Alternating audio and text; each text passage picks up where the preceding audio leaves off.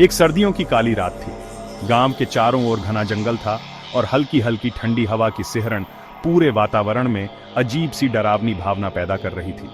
गांव के हर घर की खिड़कियां बंद थीं और लोग जल्दी सोने चले गए थे। लेकिन सूरजपुर गांव की सबसे पुरानी हवेली में उस रात कुछ अलग ही माहौल था।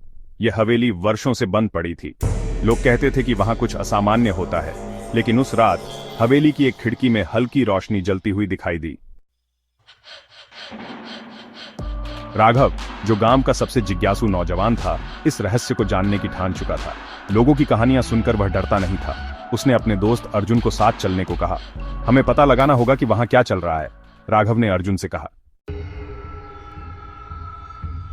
दोनों ने टॉर्च और लाठी ली और हवेली की ओर बढ़ गए। हवेली के पास पहुंचते ही उन्हें लगा कि कोई उन्हें देख रहा है। राघव ने हिम्मत जुटाई और दरवाजा खोल दिया। अंदर का दृश्य बहुत ही अजीब था।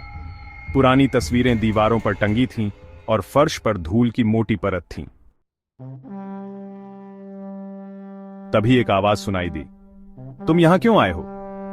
अर्जुन और राघव ठिठक गए। उनके सामने एक बूढ़ा आदमी खड़ा था, जिसके चेहरे पर गुस्से का भाव था। आप कौन हैं? राघव ने हिम्मत करके पूछा।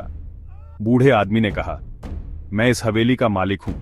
यह जगह तुम्हारे लिए नहीं है, तुरंत चले जाओ। लेकिन तभी हवेली की दीवारों से आती अजीब आवाजें तेज हो गईं। दरवाजे अपने आप बंद हो गए। राघव और अर्जुन ने देखा कि बूढ़ा आदमी अचानक गायब हो गया।